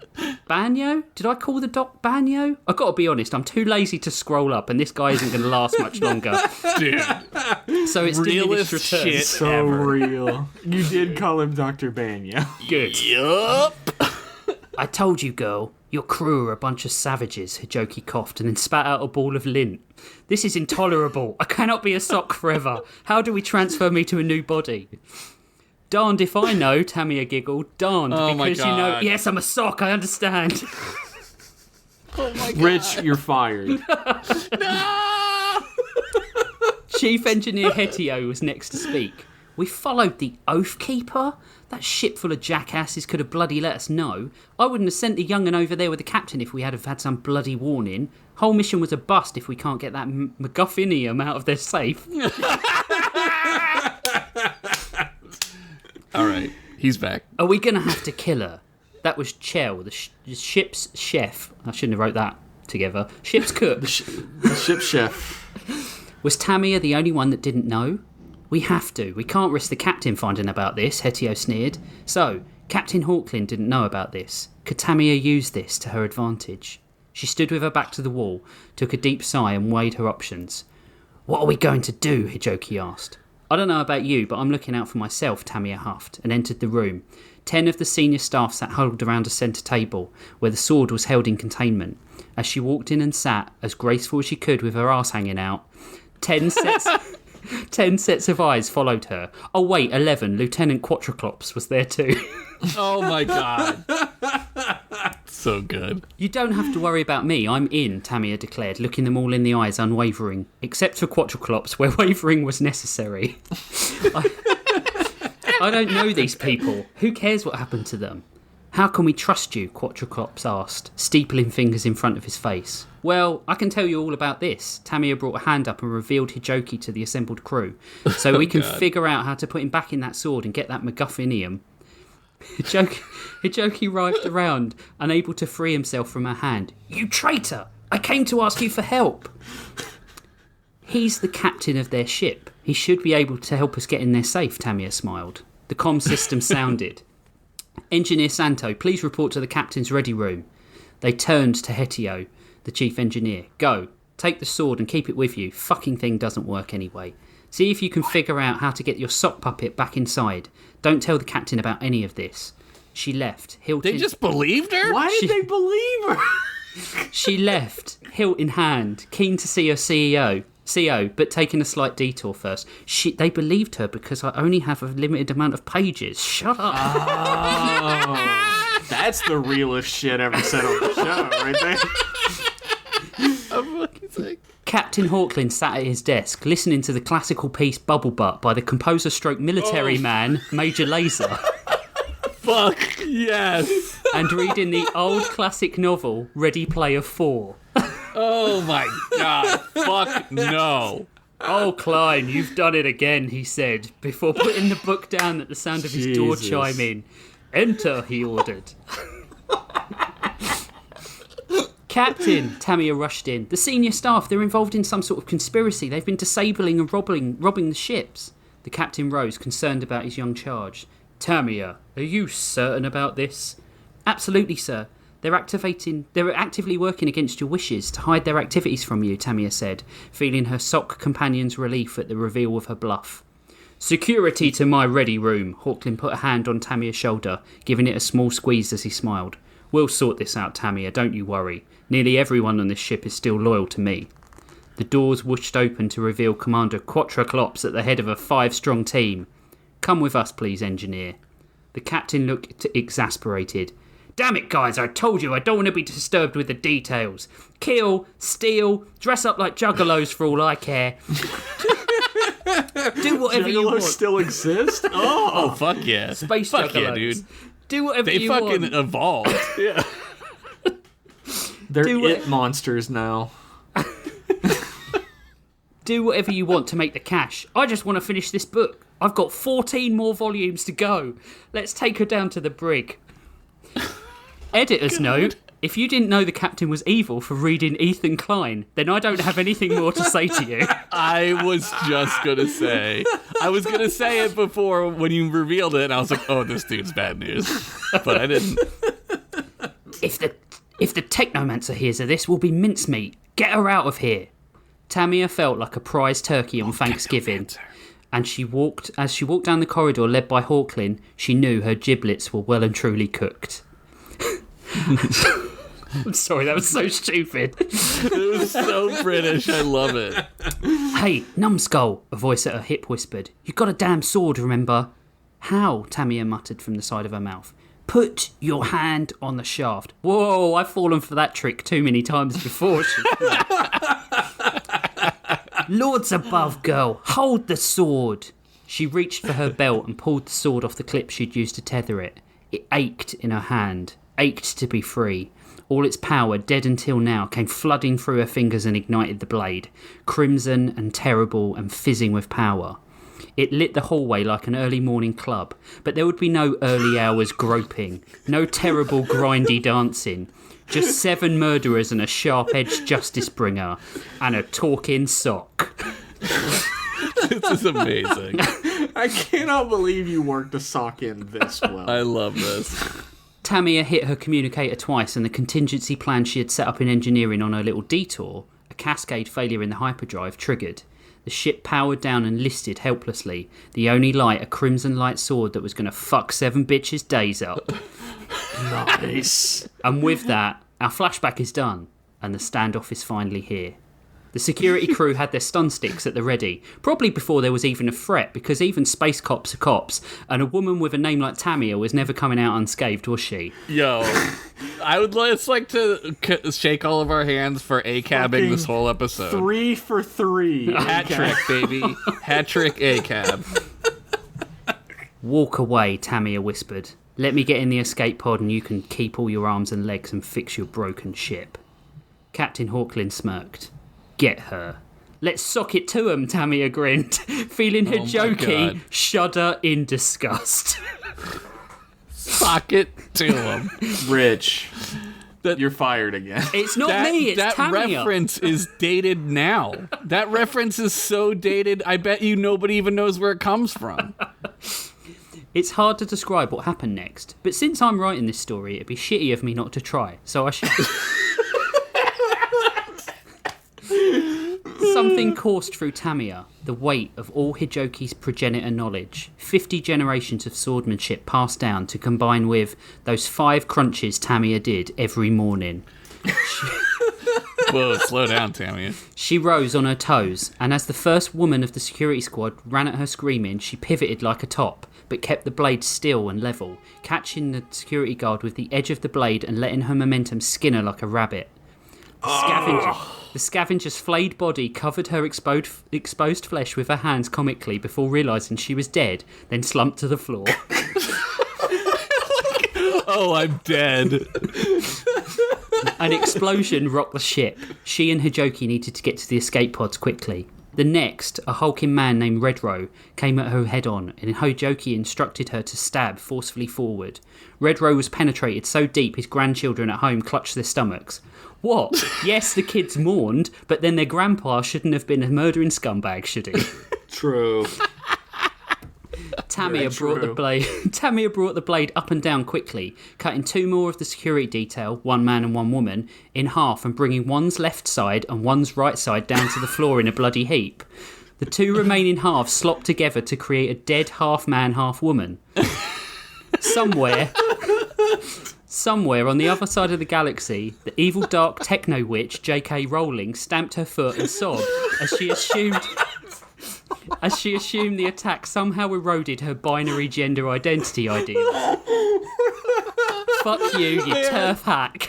Man, all she had to do was be rich, man. What's her problem? That may be like an every episode jab at this point. Yeah. This is, It's not the first time I've taken a swipe at her. No, it's great. Now there were 3. Chell the cook, Quattroclops and Captain Hawklin. Chell and Quattroclops came at them together, Tamiya backflipping out of the way of Chell's swinging pan, which donged off Quattroclops' head, all 4 of his eyes rolling. As Chell apologised, Hijoki lurched forward, putting his sock mouth over Chell's and choking him with the smell of an engineer's sweaty foot. As Chell passed out, Tamiya slit his throat, coating her and Hijoki in the slick blood of their enemies. Hawklin ran down the hallway, presumably down to the escape pods, as Quattroclops rallied and went to grab her. What's that? Hijoki gestured behind him, and because he was non-specific because he had no fingers to point with, and because Quattroclops wasn't a 4 eyes in the traditionally perceived smart way, all 4 of Quattroclops' eyes turned independently, trying to locate the disturbance, making it easier for Tamiya to jump up and slice the idiot's head clean off. Damn, he fell for the look over there move? He's an idiot. Damn. As his head was an idiot. Yeah. As his head rolled to the floor, Quattroclops' eyes all rolled round and settled centrally, like some slot machine that paid out in blood. Fuck, dude. She found Captain Hawklin 5 minutes later, unable to launch his escape pod, as his skills were more in the sitting back and doing fuck all wheelhouse, like any capitalist CEO. He scrambled with the controls, unaware of Tamiya and Hijoki until her sword embedded in the side of the pod above his head. He turned to her, eyes watering and voice wavering like all misogynist man-babies when you confront them. Please, let me go. My parents died on a ship like that one, Tamiya whispered. People like you had a hand in it. She hit the control panel to prep the escape pod and buckled Hawklin in. You're letting me live? He asked, tears of gratitude streaming down his face. Yeah, Tamiya said as she wrenched the katana from the wall, hearing the slow release of air from the compromised bulkhead. For the remaining 5 minutes of your life, she ejected the escape pod, watching it fly off hissing into space. Wow, that's a fucked up way to kill somebody. Bon voyage, Captain. Now, that was good smack talk, kiddo, Hijoki laughed. Tamiya got into the remaining pod, placed the sword, her air quotes back massager, and some other personal effects inside, and left the burning ship she had briefly called home. Computer, she announced, getting the beep of acknowledgement in response. Tell me more about this technomancer. The end. For now. There you go. And that was great. Yeah. That was a hard I love one. this sock guy. I can't believe a sock turned out to be my favorite character. What the fuck? Rich did. Yeah, well, dude, you were all mad about the sock prompt, but then Rich made it good. That's true. Also, Rich, how fucking dare you say that this was a bad story? You've topped all your other fucking stories with this one. I'm not sure about that, but thank you. So there's the Technomancer before. There was like a flashback that we saw, and that was her, I think, right? Yep. The Technomancer. Well, the Technomancer is little Timmy Blackcrest and an right. AI, and Yeah. Timmy. The Technomancer has had a hand in every single origin story so far. Yeah, accidentally. the truest villain. Yeah. Someone said on Twitter that it took Marvel. No, I think I said it on. I'm giving myself props here. That Marvel took 10 years to create a Thanos. I've done it in 5 episodes. You did it in 4 episodes. Well, really. true. That's true. Yeah. That's true. I'm hoping for the right prompts to come up so that I can start progressing the story on, because all I'm doing is There are no introducing wrong. characters at the moment. Yeah. Are you introducing a Power Rangers team? Essentially. There you go. Amazing. Sock puppets and poorly conceived lightsabers. Incredible. Dude, you put anything resembling a lightsaber in anything, I'm gonna love it. Exactly. There were a few specific swings in Josh's direction to get him on board during that storm. The butts, the hanging butts, the bubble butt, Playing Major Bubble Laser. Butt, taking the piss out of Ready Player One. Yep. Oh, fuck Well- that, dude.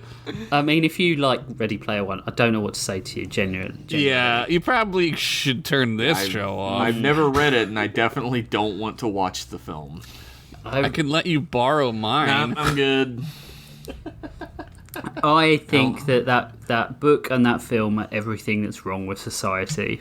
Somehow the movie is better than the book, Yeah, which is stunning. Like, it's like amazing. It's not a good movie. It's a shitty movie, but that book is hoy. It's meme culture made flesh. Yep. You know what isn't that great story that Rich just fucking told? I love loved that. Thanks. I finished that 5 minutes before we recorded. Dude, I thought I was the one running late this time. I finished mine last night, and I was like, man, I'm probably like the last idiot to write this dumb story that I got. You know? No, I had 3 others that didn't quite go. Spiffsy had a good idea that he was telling me about. A world where everyone fights with like the world is covered in lino and What's that? like, What's lino? laminate flooring. Linoleum. Linoleum, call yeah. it. And a tribe of samurai invent socks. So they're super fast. And I was like, that's a great idea, but I cannot use that now. Yeah.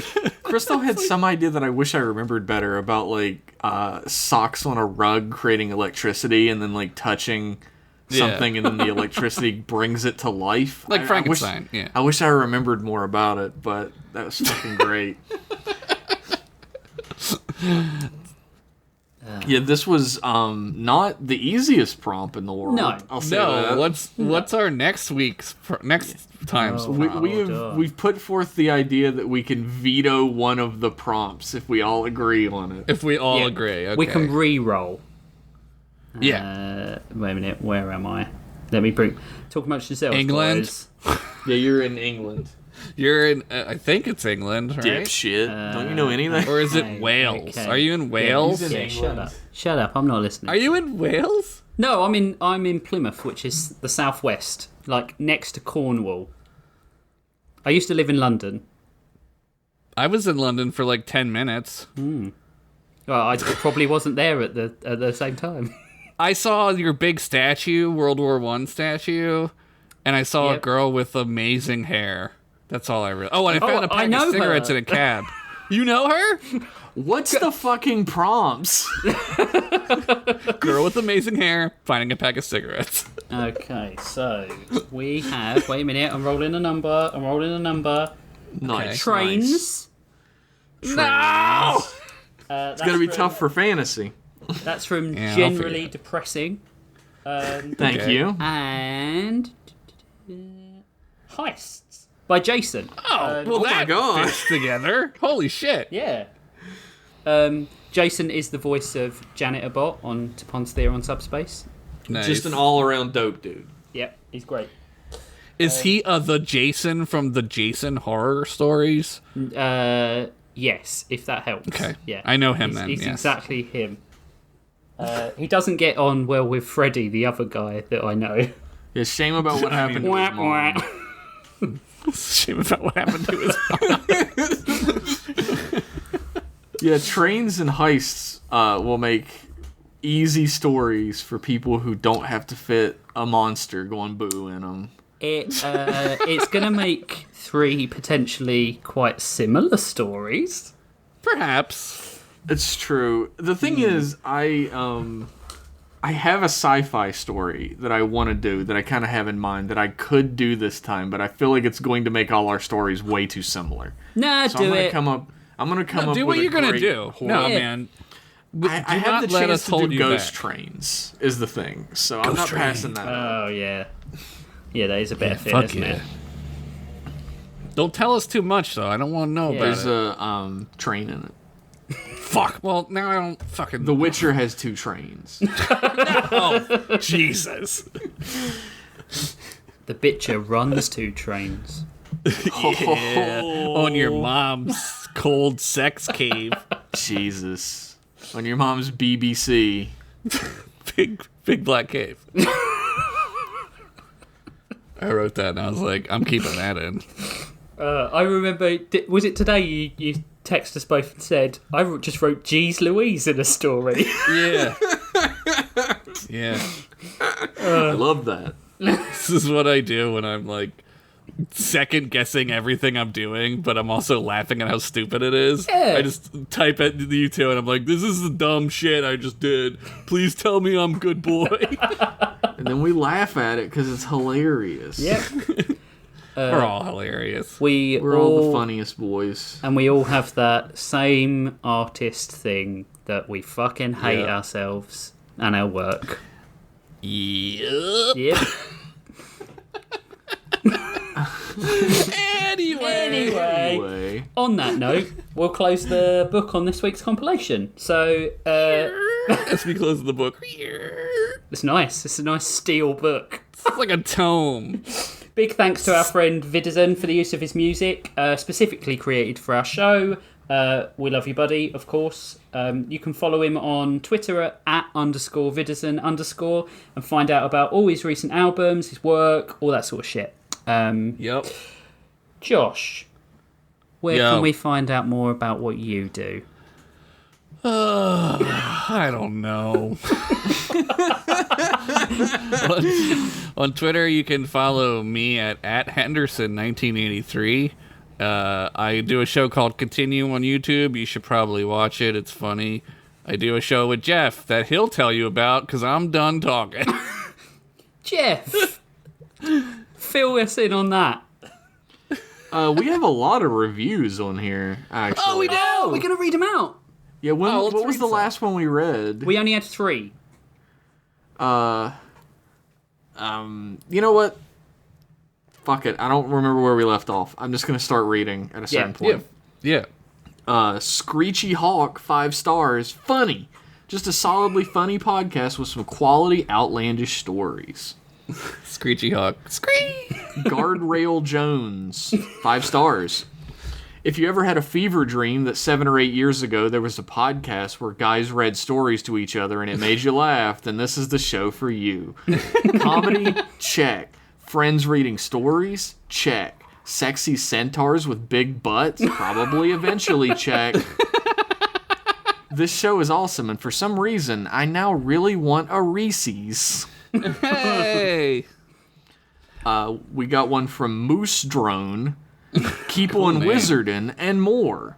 My heart never left Daranos. Glad to have Josh Henderson's stories again, and the addition of Jeff and Rich is a match made in the pain mines. That's a good thing, I swear.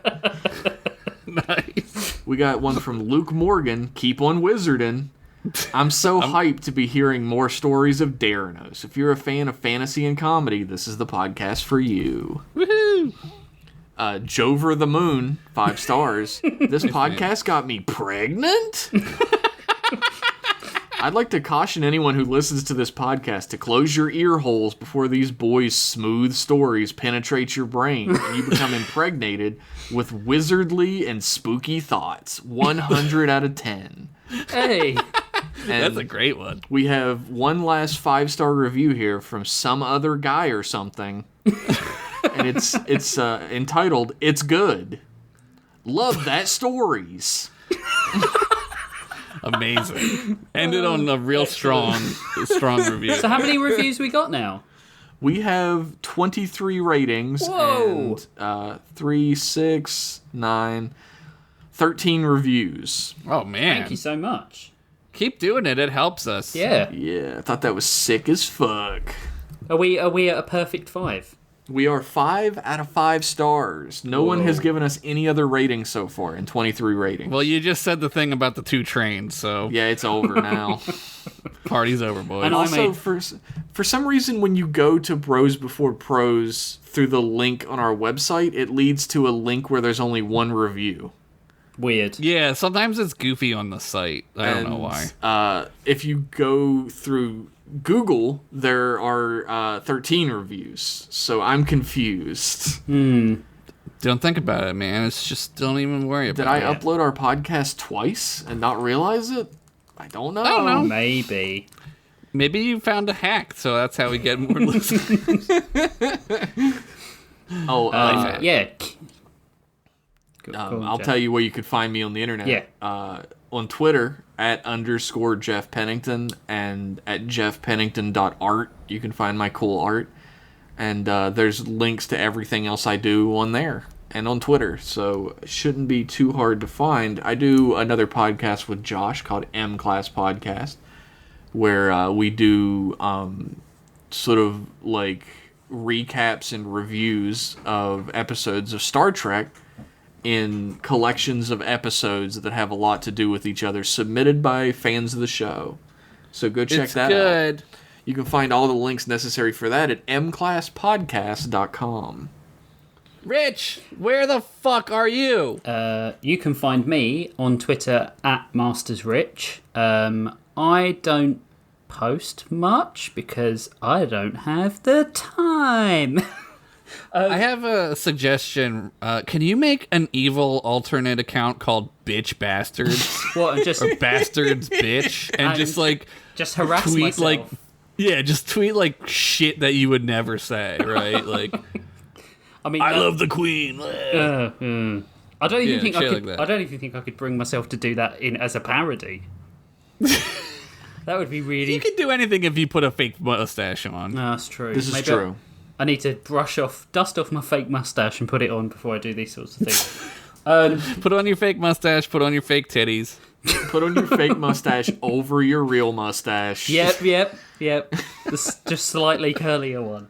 I have a website that's got some serious writing on it called boldlyprose.com. That is mainly Star Trek fan fiction. I write for a comedy show called it's not called you fucking idiot. It's called Tapon's Theatre on Subspace. You can find that at Just TTOS. attacking yourself. You can find that at ttos.cool or at Tapon on Subspace. So if you like my writing here, you can go and hear a fully realised, edited and acted episode of fake Star Trek. And then I do another podcast with a friend of mine called Spivsy, and we talk about cartoons. I think we just did... what did we do? Freddy as FR07, which is something no one's ever heard of, and it was just Never heard of that. weirdest fucking thing we've ever seen in our lives.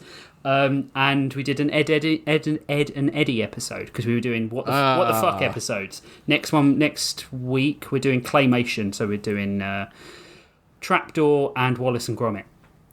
The name of the show is all not Jeff's fault. Spivsy, by the way, like he said it was earlier for some reason. It's Toonhounds. I thought I said I do a podcast with Spivsy. I do a podcast with a friend of mine.